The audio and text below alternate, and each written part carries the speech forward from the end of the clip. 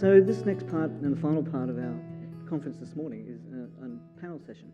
So it's meant to be both interactive and from the audience. So we're going to invite you to ask some questions for the panel here to respond to, as well as some questions we'd like to pose to the panel. So this is the intention.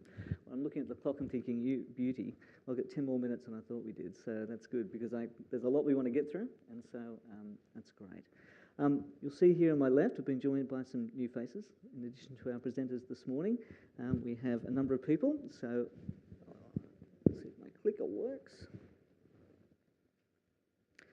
Wonderful. So just here in the centre with the smiling face is Judy Cole. Judy is the Vice President, the General Manager for the CBA account for Hewlett Packard. Thank you for joining us today, Judy. We also have next to me Leonie Degenhardt. Leonie is the Dean of Leadership at the Australian Independent Schools Association. Welcome, Leonie. And on the end, here's the face of Rebecca O'Rourke. Rebecca is the Co-Program Director for the Guild and the Grubb Institute. So thank you for joining us up here on stage this morning. Where I'd like to kick this off, because there's been so much since I got up and talked this morning. Where I started was we wanted to be in an edgy conversation. We wanted to be in something that was at the edge that brought us to this place where we wouldn't ordinarily go, and particularly in organisations. This is the place that I wanted the conversation to go. And that's the challenge I've posed to the folks we have assembled here today, is to let's take us to an edgy place. That's what I want the conversation to be. And that's the invitation to you. Please, if you think you've got something that's on the edge, that's what I want you to ask. And I've got a quote here from David White, which you can see there in front of you. My eyes aren't that good, so I'm going to read it. I'm actually going to read this because it's just a bit like Jonathan, just to sit and to, with the quality of your attention, just tap in to what this is saying. That our lives are defined by great conversations, a give and take relationship between our vision of ourselves and the unfolding mystery of reality. Yet there are many conscious and unconscious ways that we often avoid living in this ever-moving frontier. We do not always move forward because of the plans we make or the effort we expend. The conversation itself more often does the true work of transformation. Make sure the conversation is alive, and then everything takes its place. This is what we've been here to talk about this morning. Make sure the conversations are alive. How is it, Jonathan? The way you attend is the way it emerges. What I speak is what I create. Abracadabra. Okay. The quality of your attention. So with that, I'm going to ask pose our first question. Terrific. And I love it when the technology works. And I'm going to pose this first question to our new panel members, just to present you in the conversation. So please feel free. I'd like each of you to talk to this, to respond to this, so we can present you here on the stage. And so the first question has been, what's been revealed to you here this morning that was perhaps hidden, and how might this support the revealing of options and ways forward through complexity and adaptive challenge? Can I start with you, Wendy? Thanks, Greg. I found myself absolutely immersed in both of your sessions, and also by the introduction, the video clip of David White. And I guess it was, the revelation was a sort of a remembering of how important it is to lead who you are. And that was really apparent in both of your keynotes, that it was I got a sense of the person as well as the outer persona. And that was a reminder to me that all good leaders, really good leaders, need to do that. They need to let their inside out, lead from the inside out.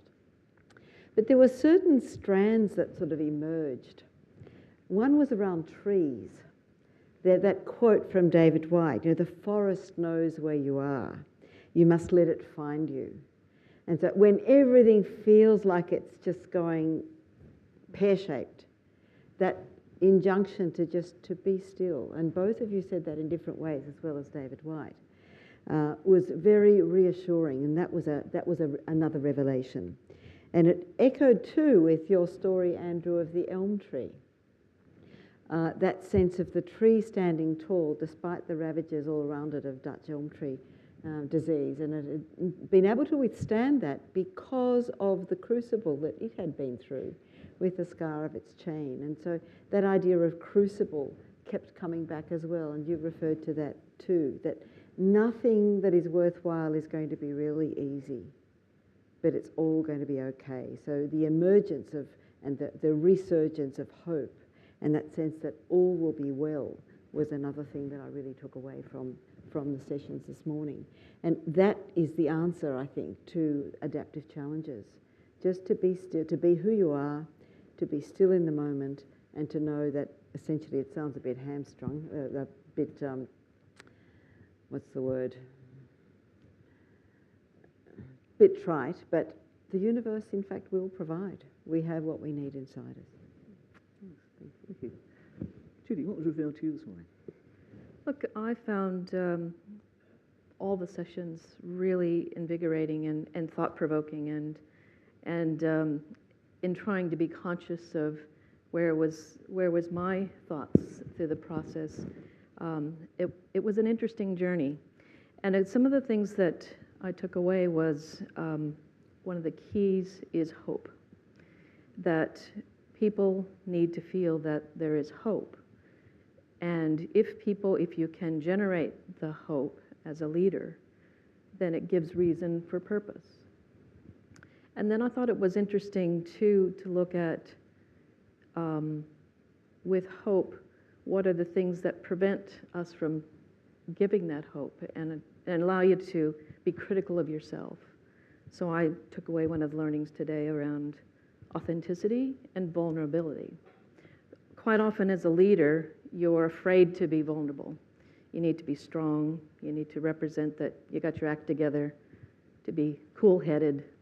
And I'm in the IT industry, and we have some big challenges where things happen and customers get excited, get upset, and demand answers and demand things get fixed very quickly. And so it forces a persona that to be cool, calm, and collected. And I personally have had that persona. But I think it's probably limited me to releasing and being the fuller person. And it sort of, that's one of the discoveries today is doing that. Another item that it just kind of occurred to me toward the end here is we've been talking about leadership and transformational leadership. And I think, to me, the overall leadership, the leaders are responsible to be the shepherds, to shepherd people towards a better life. And it's not about everything is on the leader's shoulder. It's actually about how do we as leaders turn every single person into a leader. That it's not just up to us, but that hopefully we are just a little bit ahead, a step ahead to shepherd and to lead, to create more leaders, to give them that hope. Beautiful. Rebecca, what's been revealed for you this morning? Well, this morning I've been really working with and responding to all the signals that are being revealed in the moment. And in my own story this morning, I've had very strong body signals that I've been trying to manage. Yeah, so things going on in my own body. And, you know, asking myself, what am I going to allow that body signal to take me out of the here and now? Or am I going to use that body signal to stay very present to what's emerging? And in listening to our wonderful speakers this morning, I've been reminded that we really need each other. We need the collective to co-create moment by moment what's being called forth. So without the other, I can disappear. Without the other, without the pig farmer and the magic that has been integrated into leadership, I can disappear. But together, we can collectively reveal resources that exist and perhaps I was unaware of when I walked in this morning. So if I look in this room, there's a piece of the pig farmer in all of us. There's a piece of the magician in all of us. There's a piece of the alchemist in all of us. But how do we stay present to each other and ourselves to tap into that and reveal those resources? And I've just been reminded of the power of integration, and to say it's never an either or. It's never just a body signal. It's just never a conversation. What's the and where can this continue to go? So this morning, it's been a wonderful experience to see how people have come from their different parts of the world and integrated pieces that can assist us all, and that we are part of, even though we may not understand that fully in our consciousness. Wonderful. So here we have, you've posed a number of questions there within the question, which is great. So we're talking about hope, we're talking about body signals, we're talking about inner wisdom, inner resources, and integration of all these things. So I'm curious, in the organisations in which you spend most of your working day, how are these things playing out? How are you showing up around these things? What's happening in your own organisations? What's the struggle you're having? What are you seeing? What's emerging in the organisations or not emerging? I guess I'm drawn to that sort of equation that you had, Jonathan. I attend, therefore it emerges. And so within my organisation, which supports independent schools throughout New South Wales and some overseas members as well, it's a question of being aware of what the needs are. And I always think of what are the needs of the students first. Ironically, that isn't always the first question that people in schools or people who support people in schools think of. And therefore, to support the development and growth in that holistic way of young people into the world that is constantly emerging, what do they need? And therefore, how do you support teachers to support the students as they are growing and emerging and evolving? And therefore, how do you support educational leaders to support the teachers and the families so that all of this can happen? So I guess for me in my organisation, it's a question of really thinking about that, not losing sight of the absolute core of our work, which is really serving humankind through the growth and development of the young people that we have in our schools. And if that is absolutely core, how do we enflesh that? How do we make it happen to support people for that to happen? And I guess I'm very privileged because our organisation, the Association of Independent Schools, is really not an organisation where you see lots of egos. It really truly is a service organisation with a quite remarkable culture. And so by just keeping focused, if somebody has an idea that will be of service to the members and therefore the students, somehow it happens. It just happens. It can take shape. People work together. They piggyback off each other. They stand on each other's shoulders, ultimately so that the end point is served better. And at HP, how are these ideas alive there, Judy? Yeah, listen to Leonie, I want to work in your environment. I'm in the IT outsourcing part of the business. Hewlett-Packard has lots of products and so forth, but I'm actually in the services outsourcing business, and previously was with IBM in the outsourcing business. And one of the things, the effects I'm seeing is that the industry is being very tough on our people. And what I mean by that is with the pressures of trying to drive down the cost, as we see the costs of IT radically reducing, we're getting the pressures now to drive down the cost of the people. And what we've seen over these years in outsourcing is more and more offshoring to drive those costs down. And what that's done to the people that's left here onshore is really put them under pressure. Each and every day, month, year, they're being told to do more with less. And what I see is that the heart and soul of the people is just getting drained. because you just can't keep up with the demand of trying to continue to do more with less. And so one of the things that we've been working on is to try to look at how to break out of that, to look at where's the vision and where can we go and how can we make this better. So one of the things we've been working with the Full Circle group on that is how do we have a vision about a better life? How do we change and how do we pull together as a team to do that? Because I see a lot of broken hearts. And to your presentation, you know, it really resonated with me of broken hearts of people that are just coming in day to day, doing their work, but they've lost their way. They've lost their heart. They've lost the emotion.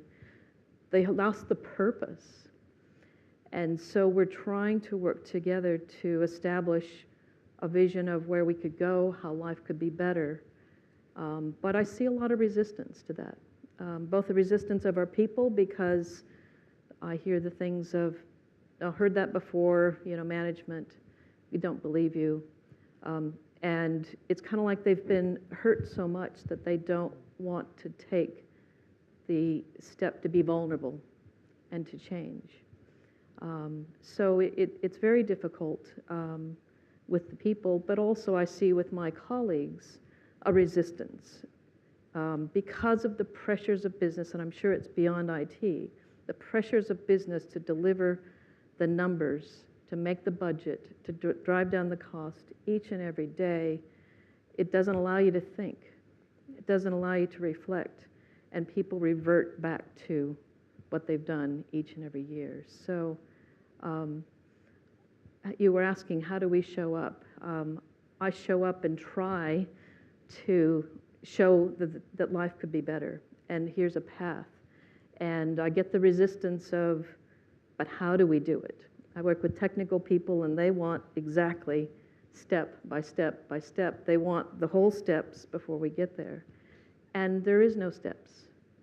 It's more about a belief. It's about a vision and about support.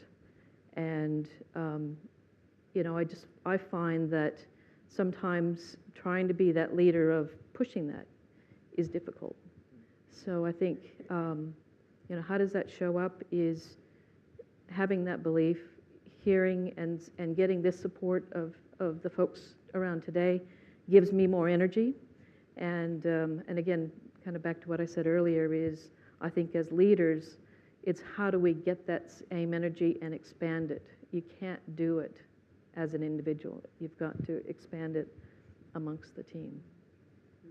So Rebecca, I'm curious, someone who is a program creator and director, when you hear these sorts of challenges and you speak to the sorts of things you were mentioning before, how do you tend to something like that? Those places where, you know, the steps aren't known and you're trying to get people to step into some kind of courageous authenticity, very, very vulnerable, when the reality is a bit like your truck heading down the hill.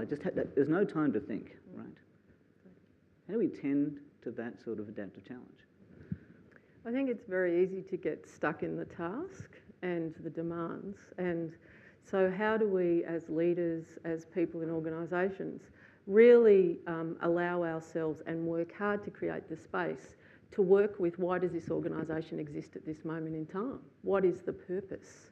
That's, Andrew talked about the container. Why does it exist now? And inherent in that is going to be light and shadow.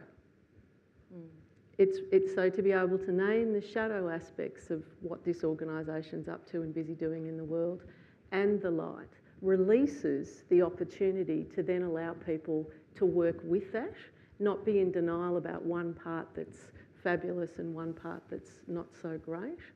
So an example might be, I spent a lot of time in aid and development early in my career, and the purpose of the organisation was to, you know, help the poorest of the poor. And the shadow of that was often that the people doing that work were completely spent. It was very little energetic exchange.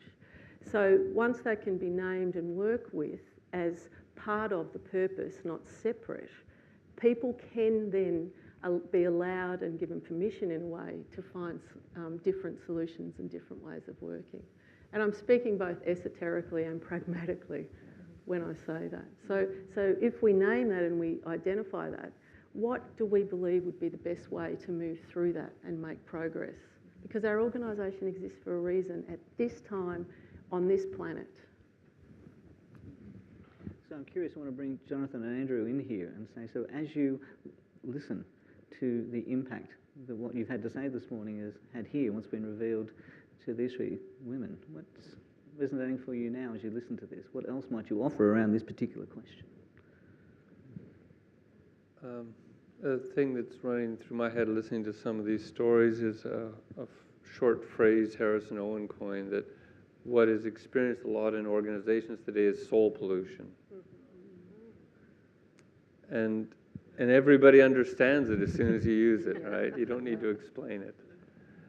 And this calls for this, attending to the spirit, to enliven ourselves and our organizations. And that really, the thing that revealed itself to me in some ways was really re-listening to David White. It was about 12 years ago when I first came across that interview. And it really helped me refocus on standing still and seeing what came to me, rather than going out and trying to make things happen. And, being here today is one of the results of standing still like that. And so as I hear these challenges, I encounter them I work with a lot of engineering organizations doing leadership development, and the same kind of challenges of a technical mindset of needing to fix a problem. And how do you help these people not be crushed by the weight of those expectations and pressures and the beliefs and meanings you build up around those pressures? Because there's a lot of assumptions in that. And so it's really, when there's the most pressure, the best thing to do is to stand still and take a deep breath and trust that what you need will come. And so I hear that reinforced through the kind of stories and the way you talk about trying to be present to them and address them or make a space for it. If you, Andrew? I was really struck by what Judy said about people's hearts being broken. It's heartbreaking to hear that, and I'm always conscious of going into organizations, and someone once said to me during my consulting days that, consultants are like seagulls. They swoop in, shit all over you, and leave. And so, I kind of go in and spend a short amount of time, and when I hear about and see it and feel it about what people's lives are like inside most organizations, I think, it is heartbreaking. And then to be in the presence, though, of leaders who are wanting something different, and to talk to people at the break who are sharing their stories of heartbreak and pain, and I was struck by what Rebecca said about we need each other.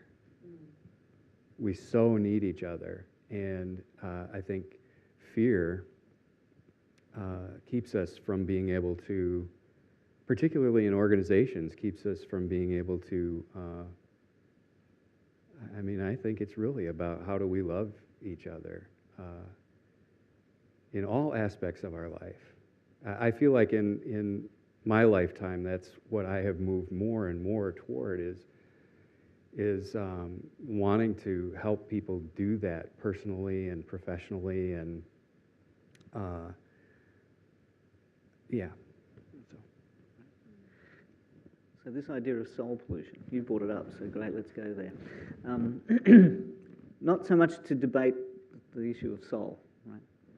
But as you said, soul pollution, what I noticed, everyone go, right?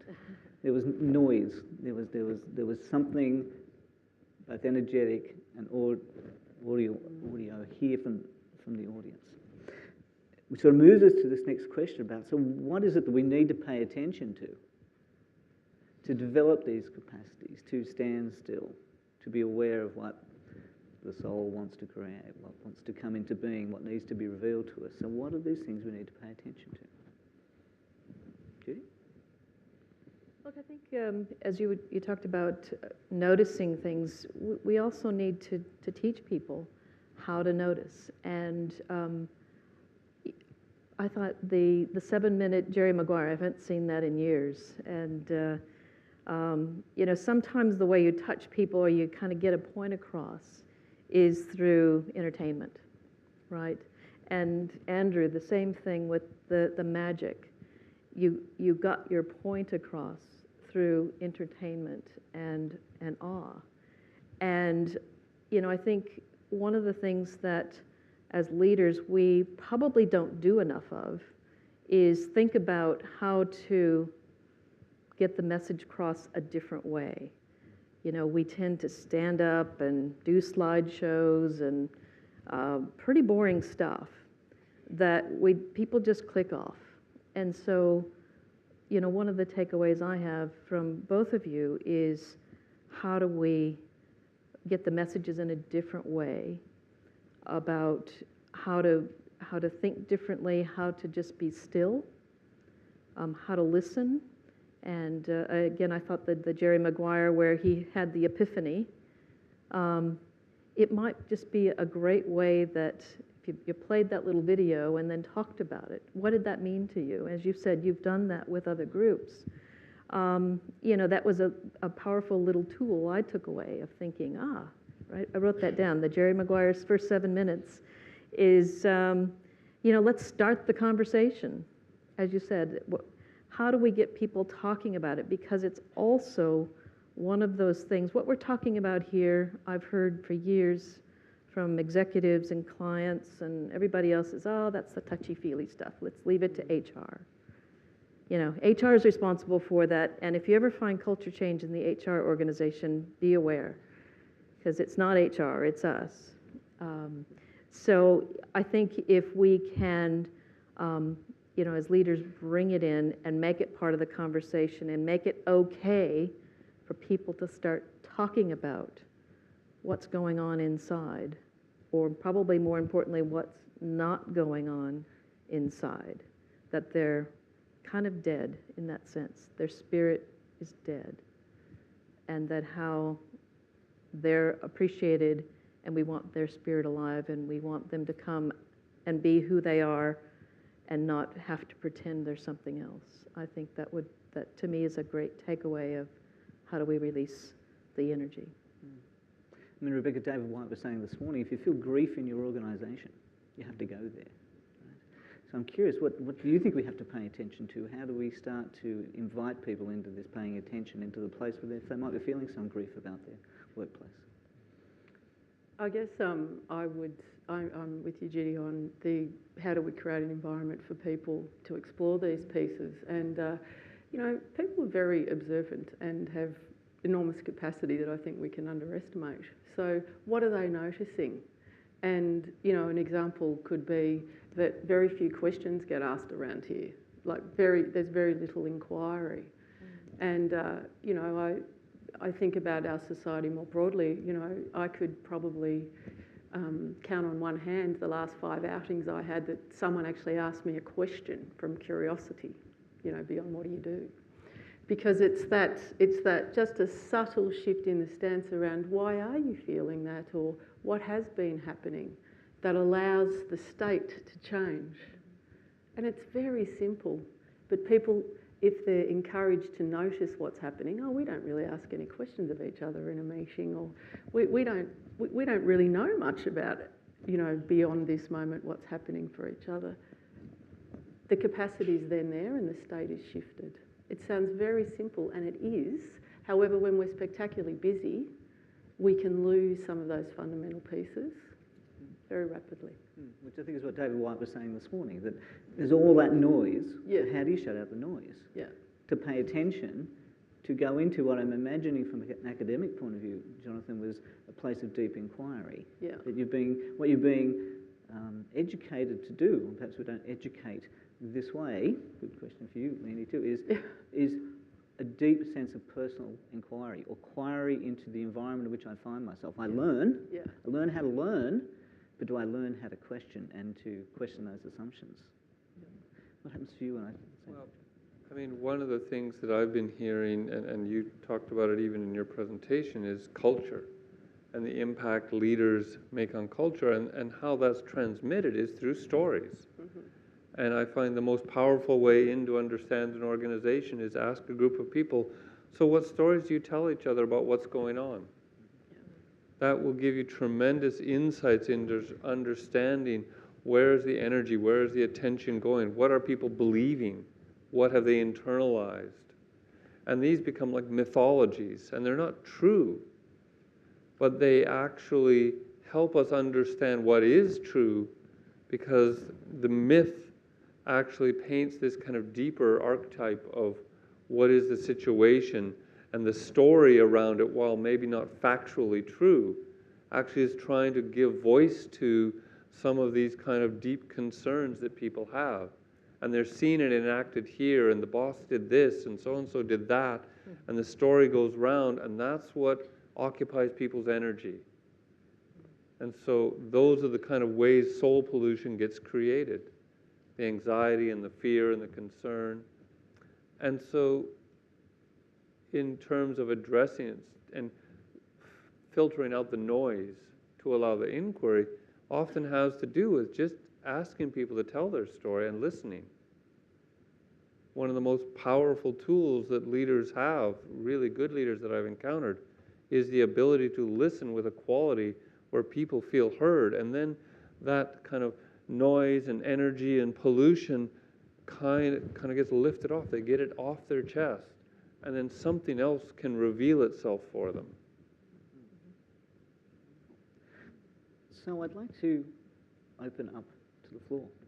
So if you just put your hand up, there's not a roving mic, and the audio in here is pretty good, the acoustics are pretty good. So if you have a question, I'll just put your hand up and I'll go to you, and what I would do is I'll repeat your question, just in case people didn't hear it, and then you may have wanted directed to a particular member of the panel. So if you'd like to mention the person's name as you ask the question, that'd be great. So questions? Sitting here, yes, sir. Yeah, you can just stand up if you like, that'd help. It's a general question. So I know, as Judy pointed out, that in the organization, when the money is at stake, and you are comparing outgoing costs and you cut down the costs, do more with less, how do we deal with it? If the CEO who is brought in to make certain amount of money, they are put into that sort of constraint, then they have to act. Consider the example. Pharma company. The cost of production of medicine and the charging of the patient is at times 1,000 times of that. Rest of the cost, R&D development. So they are in a situation where it's life and death situation, and same is happening in other organizations. So how do you deal with people who have these issues? How do you bring out, how can you say that you live with less here where your costs are higher as compared to the people, the work is being outsourced in the places where the cost of living is much less? How do you compare? Work is the same, human beings are the same, intelligence is the same, intellect is the same, we are all people. How do you deal with it? Okay, thank you.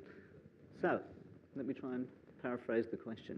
For me, the question is an adaptive challenge. That is an adaptive challenge. The tension between what feels like current reality and some different state that we don't know how to find our way to. Right? So here we have an adaptive challenge. And then we have a CEO who's come in to deal with this particular adaptive challenge. Right? Whether it's in the pharma business, whether it's whatever it is, whether it's I have a certain amount of cost and I need to offshore. So whatever the dilemma, I'm hearing this thing about adaptive challenge. I'm in a current reality and I don't know the way forward. The CEO gets put in. What's he supposed to, he or she supposed to do with that? How do they work with that? It's an open floor. I'll Judy, yeah, take please. a crack at that. I think the first is to embrace with the folk, the people, about what the challenge is. So one of the things that I see is that leaders are not being authentic enough. So the CEO, first of all, needs to be authentic. And that is to state the truth about the health of the company, the challenges of the company, the reasons for decisions. And I have found that if you at least tell people, take the time to tell people about the reality of the situation and therefore the reasons that certain things are going to take place, such as downsizing, offshoring, etc., it helps people understand. Then the second part is to say, and how does that affect you, and how can we think differently on how to respond to that change? So if that CEO not only is authentic, but is open to new ideas on how to solve the problem, I mean, I think that's a wonderful culture where then you give the problem down to the people at the coalface that really know what you could do to get efficiencies, effectiveness, eliminate things, and engage the people in the solving of the problem. And I've gone around and visited people in offshore locations as well as local shore, and I have found as much energy and human spirit in every single one of those locations. It's consistent. Everybody wants to understand what do they play in the part, how can they contribute, how can they be proud of what they do. And I think oftentimes as very senior levels, it gets shoved down and people lose the connection of the why, the reason, as well as the engagement of participate and be a part of solving the problem, not just be told this is what you have to do. So in that, it sounds like it's really this idea that the CEO needs to hold this container, right? The CEO needs to have the capacity to hold the polarities. Yes. To be able to hold that tension, be in that tension so he can be in those conversations, or she, because if the CEO can't hold those polarities and see them as polarities to be managed, not problems to be solved, then I actually can't open myself up to those conversations, it seems. Yeah. Thank you. And that I'm not alone. And that I'm not alone. You know, good luck to the CEO. You can solve that. You know, you know, one human being has to be a superhuman to do that. Perhaps. You know, what about the team? What about others? So it's very hard, I think, for leaders to say, you know what, I don't really know. I need other people's thinking in this also. And what are we busy doing to leaders in what we load them up with ourselves? Please have the answer, please save us. And potentially not asking ourselves how we're contributing or co-creating the challenge. And I think that really resonates with, you know, the pressure you get in the academic world, of course, is to know things, to have the answer. And a lot of the engineers that I work with that have been, you know, good engineers, they got promoted, now they're leaders, and the idea that you don't have one right answer that you can find at the back of the book is like very foreign to them.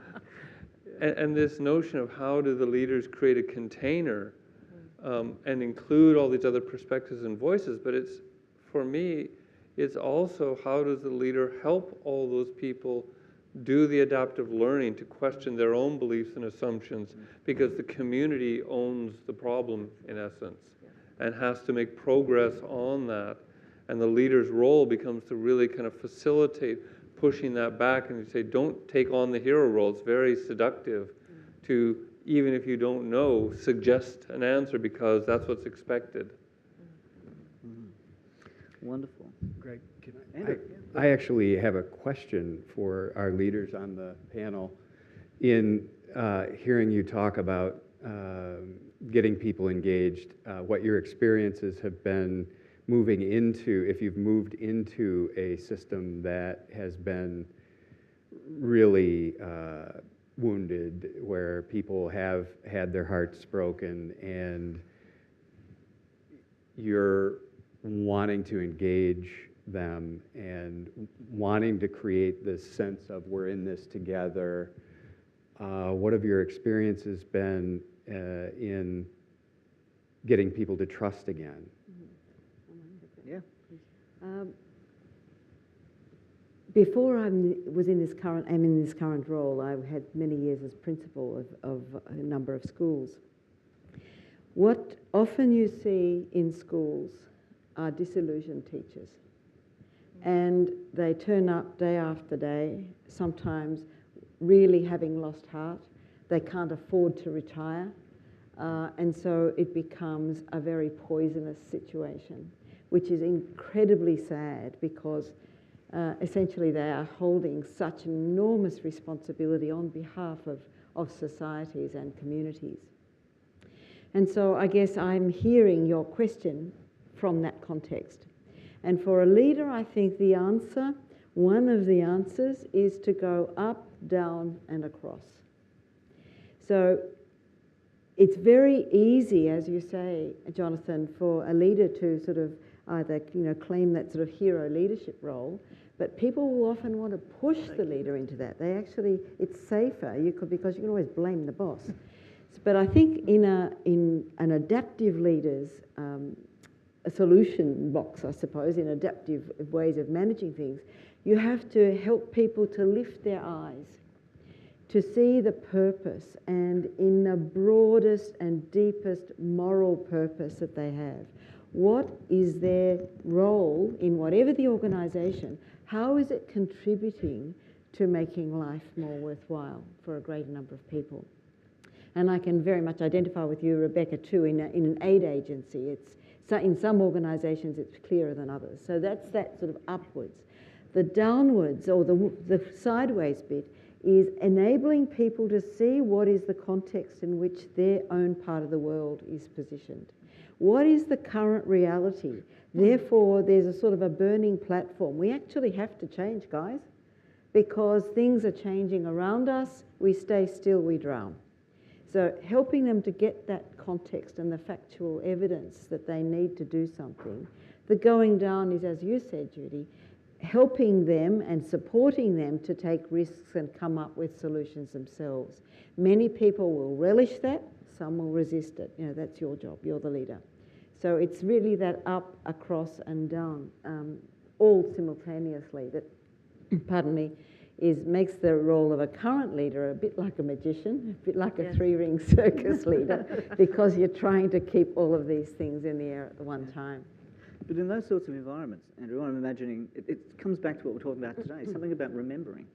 If I hear what you said, Leonie, then it's about how do I support people to remember why I was here in the first place, right? So you're almost restoring hope.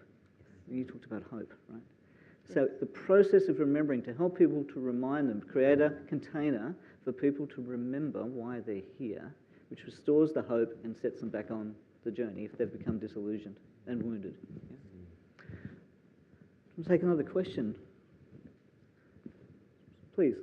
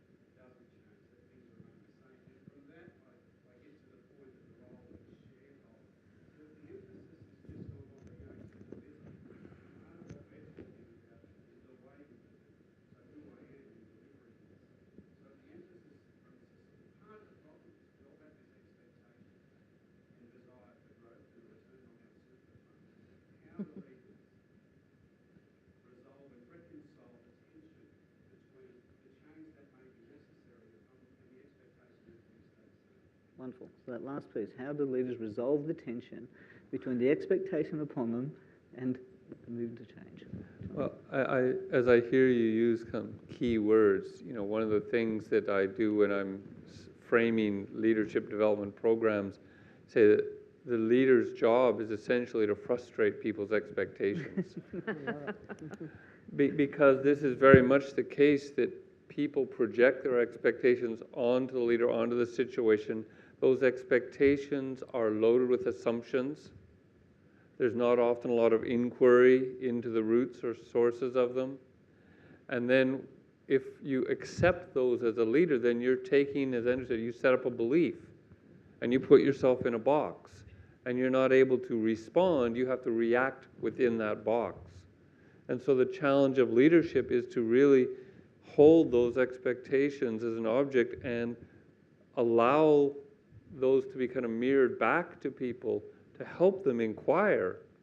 Now, it's not that there isn't any truth or energy behind them, but is it all of reality? Is it all that's going on? So there's, for me, a process of really not frustrating the expectations in terms of being bad and just saying, no, we're not going to do that, but challenging them to inquire in a deeper way into why are these there, and to what degree, in what circumstances are they true, or may they have been true and they aren't now. In a way, it comes down, in my view, to a simple equation. You go through the other person's door, trying to understand what their perspective is and how things might be for them. But a leader doesn't stay there. A leader, hopefully, takes the other person out your door, having, first of all, understood their reality. So taking them to a different place, but understanding from the perspective that they've brought in the first place. Any other thoughts?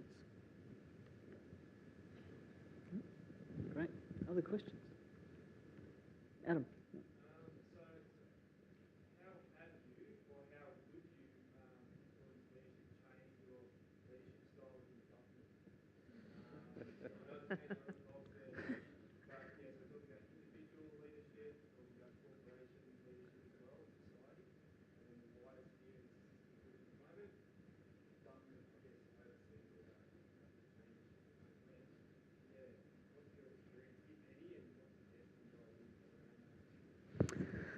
The leadership of government. We'd like to have a crack at that one. Maybe we have to start with the presumption of goodwill. That's right. Because I suspect that most people who are in government have come into that position with the aim of making a difference for the good. Yeah. Now, they might get disillusioned along the way, and things might stand in the way of them doing that. But if you start with that presumption of goodwill and meet them in that way, going through their door, and there's something that you want them to understand, it's usually by stories, by exposing them to a particular situation about people, rather than just giving them something to read. And I suspect that is part of the way to chink through. In my earlier days, when my husband and I had very small children, we were founders, together with a few other friends, of a Montessori preschool. We had nothing, we had no accommodation, we had no directress, we had nothing, but we started by going to politicians and letting them see what the reality was, making sure we had plenty of research up our sleeves, that we didn't want to bore them with the science. You'd throw it in at the first, at a suitable opportunity. But rather it was for them to see how important it was to devote resources to young children by experiencing that firsthand, which actually was quite successful in our getting support. I also think that's a really interesting contextual question to the gentleman, I don't know what your name is, that you talked about the shareholders and the bounded systems that emerge, because, you know, if everyone in this room asks themselves the question, how engaged are we with the political process in this country? What are we busy doing in our minds to the different players and what they're contributing? It gets to be quite an interesting story. The illusion that we're separate from that process. I don't have the answer. I'm just noticing our desire to stay separate and to analyse Tony and Julia's leadership style. How the hell would we know unless we're working with them, you know? So there's something here for us as a nation around, yes, we were colonised, it was pretty tricky with authority, and how do we start to actually engage with governance and what's happening here and not distance ourselves? And there's something for me about come back to the myth and the story. Our experience of government, our experience of our political leaders has a lot of myth associated with it, and sometimes I don't inquire into that at all. I guess I've swallowed my political beliefs from whatever system I've come from. Well, I'm not political, actually. I don't do politics in my organisation. Yeah. But I'm not inspired. I mean, here's the thing about inspiration. We talked to some of the messages here about how do we touch the people that are disillusioned. This is part of what I'm hearing here, right? Yeah. In the political sphere, I had the same thing. We as a population, I don't feel particularly inspired. No. Inspire me with a vision. Inspire me. Here's this tension that I was talking about before.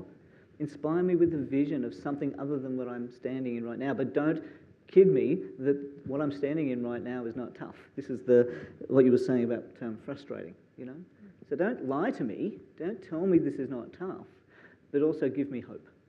I see the same thing in the response to sort of government. And I'm going to have to draw this to a close. So thank you for your questions. And there were some key messages, I think, and I've probably just said them in that because thank you, Adam, for that question. It was around, how do we start to attend to this idea of transformation of our organisations, And it's firstly start with the self. Enter into the conversation to start with. Just be in that conversation and be present enough to see what's happening in the context of my environment when I start into that conversation. Be prepared to question the box that we're in. How do I frustrate it so that rather than try and deal with the box I've been given, I actually say, well, where are the edges of this box? Who put the edges there anyway?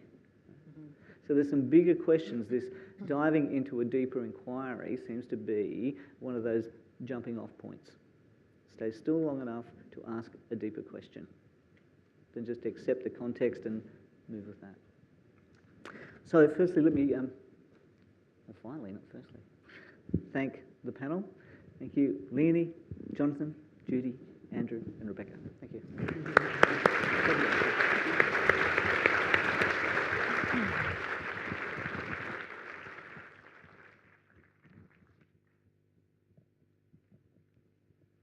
I'll hand the baton.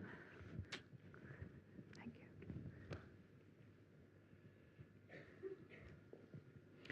So in bringing this conference to a close, there are a couple of announcements and some thank yous. So first of all, thank you to all of you. I know some of you have been here for 3 years in a row. Some of you have been here 2 years in a row, and some of you, this is your first time. And thank you for being with us. We would love to extend the invitation to join us again this time next year. It is always this week in May in this beautiful venue that we convene. And it's around about now that I start getting really curious about what will unfold for next year. Let the magic begin, I say. I would also like to very much thank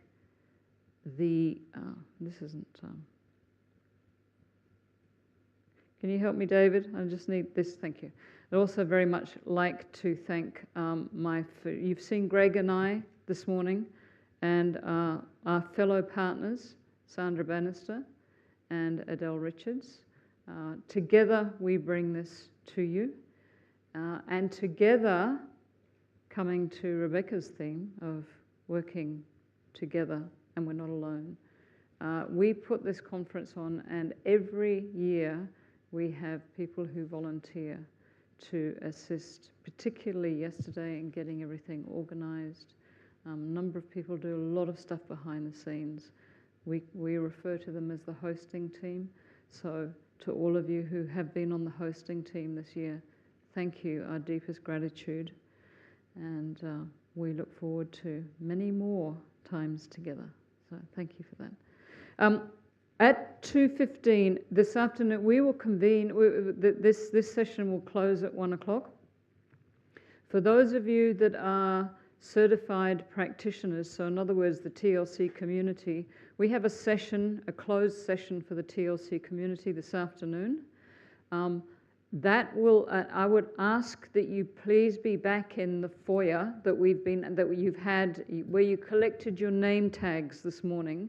If you could come back to that foyer at 2:15, because what I need to do is to set it up in terms of what will happen in the afternoon sessions. So if you can meet back there at 2:15 this afternoon, it would be most useful, because we will start at 2:30 and we will conclude at 4:30.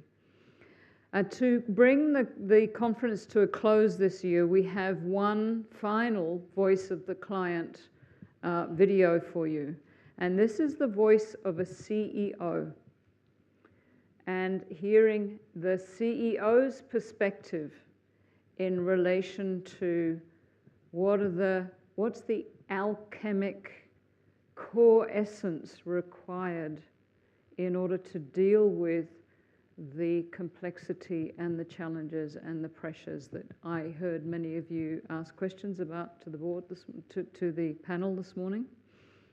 And so I'd love to introduce that video so that you can hear this CEO's perspective, and particularly what he himself has needed to call on in his business, both in the last 2 years, and that he believes will actually bring hope not only to his own passion for continuing the journey, but to help his organisation do that. And then we will also conclude the conference with we've been talking a lot about purpose this morning, and we'll conclude the conference with the Leadership Circle purpose, which is the Leadership Circle Global Purpose. So with that, I would like to ask for lights to come down and for the final video, and then the TLC purpose. So thank you for being with us today, and please feel free to bring as many people as you like to the event this time next year. So thank you.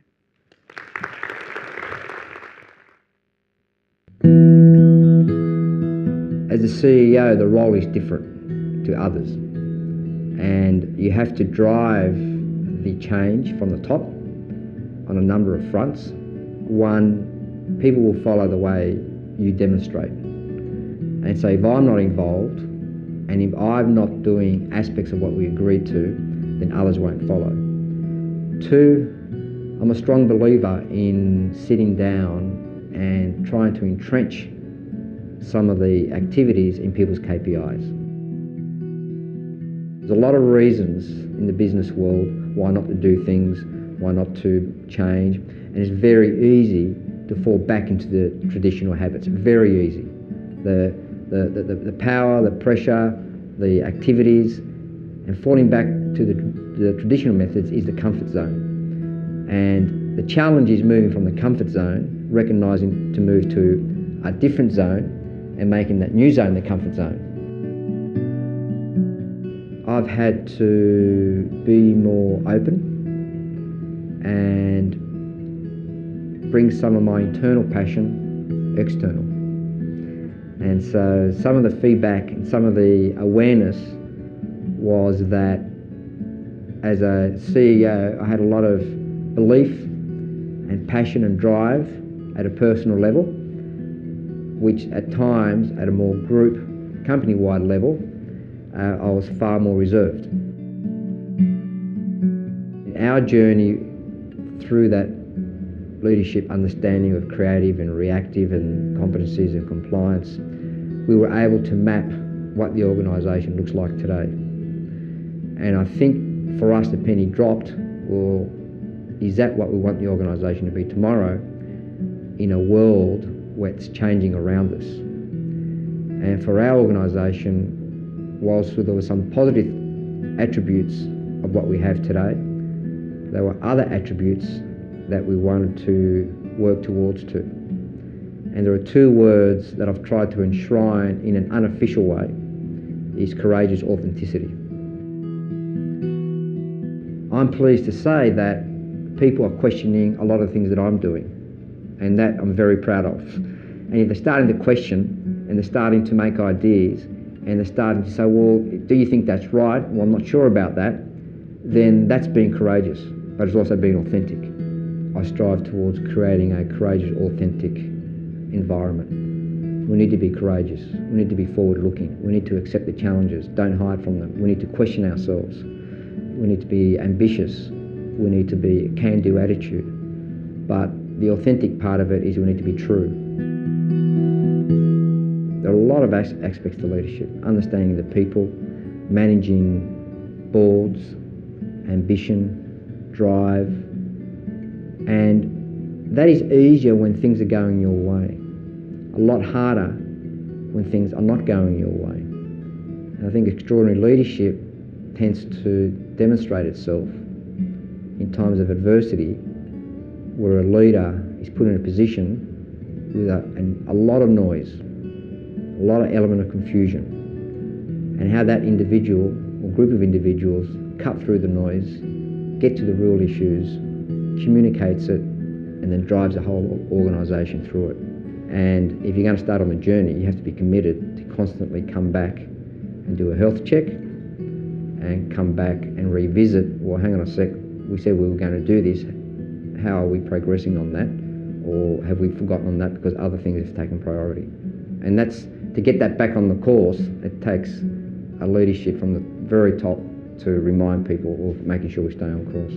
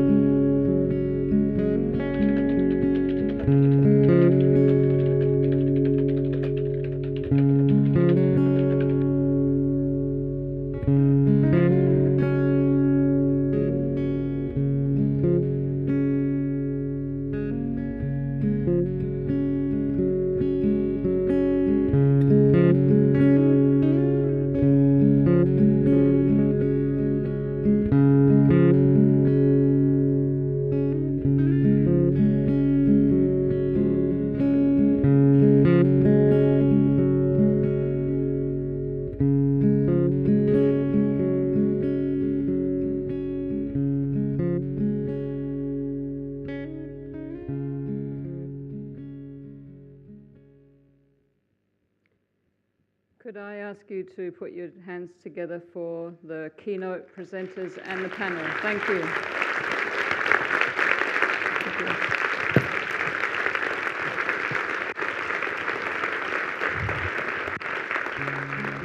you.